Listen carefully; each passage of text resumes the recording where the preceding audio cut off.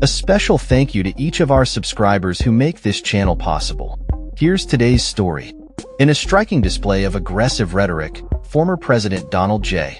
Trump has once again taken aim at one of his most vocal critics, former Congresswoman Liz Cheney.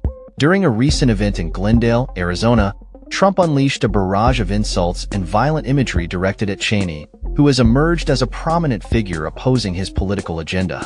The remarks have drawn widespread condemnation from both sides of the political aisle, raising concerns about the implications of such language in the current political climate. The incident occurred during an on-stage interview with conservative commentator Tucker Carlson, where Trump labeled Cheney a radical war hawk and suggested that she should be placed in a combat scenario, stating, "Let's put her with a rifle standing there with 9 barrels shooting at her face." This statement not only reflects Trump's ongoing feud with Cheney, but also underscores a broader critique he has of politicians who advocate for military intervention without experiencing the consequences themselves. Trump's comments come at a time of heightened political tension as the nation approaches a critical election period. With early voting already underway, the rhetoric surrounding the election has reached a fever pitch, and Trump's incendiary remarks could have far-reaching implications for his campaign and the Republican Party as a whole.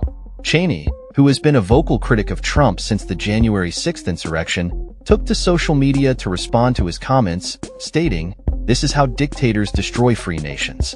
She emphasized the dangers of allowing such rhetoric to go unchecked, warning that it threatens the very foundations of democracy. Her remarks resonate with a growing concern among many Americans about the normalization of violent language in political discourse. The reaction to Trump's comments has been swift and widespread. Political leaders from both parties have condemned his use of violent imagery, with many calling it unacceptable and dangerous. Critics argue that such rhetoric not only undermines political discourse, but also incites violence and division among the electorate. Trump's campaign, however, has attempted to downplay the controversy, labeling it a hoax and asserting that Trump's comments were taken out of context.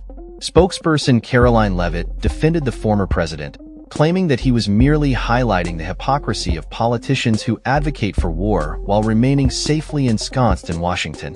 Leavitt's defense of Trump's remarks has not quelled the backlash, as many continue to express outrage over the violent implications of his words. As the election draws closer, both Trump and Cheney are ramping up their campaigns, with Cheney now openly supporting Vice President Kamala Harris. The rivalry between Trump and Cheney has become emblematic of a larger struggle within the Republican Party as it grapples with its identity in the wake of Trump's presidency. Many within the party are concerned about the direction Trump's rhetoric is taking the GOP, fearing it could alienate moderate voters and further polarize the electorate.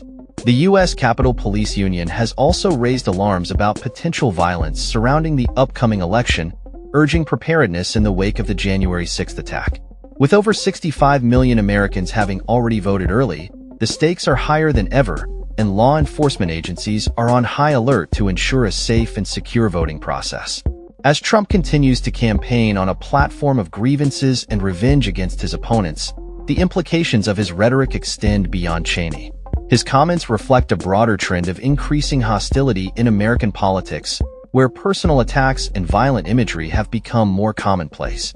With both Trump and Harris campaigning in battleground states like Wisconsin, the atmosphere is charged, and the potential for further escalation remains a concern. As we approach Election Day, it is crucial for voters to reflect on the implications of the language used by political leaders and the potential consequences for democracy. The normalization of violent rhetoric poses a threat not only to political discourse, but to the very fabric of society.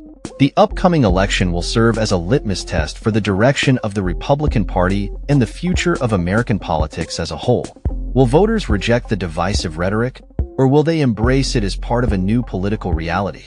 Only time will tell, but one thing is clear: the stakes have never been higher. That's all for this story. We upload videos every day covering many different subjects, so hit that subscribe button to stay informed. Thanks for watching.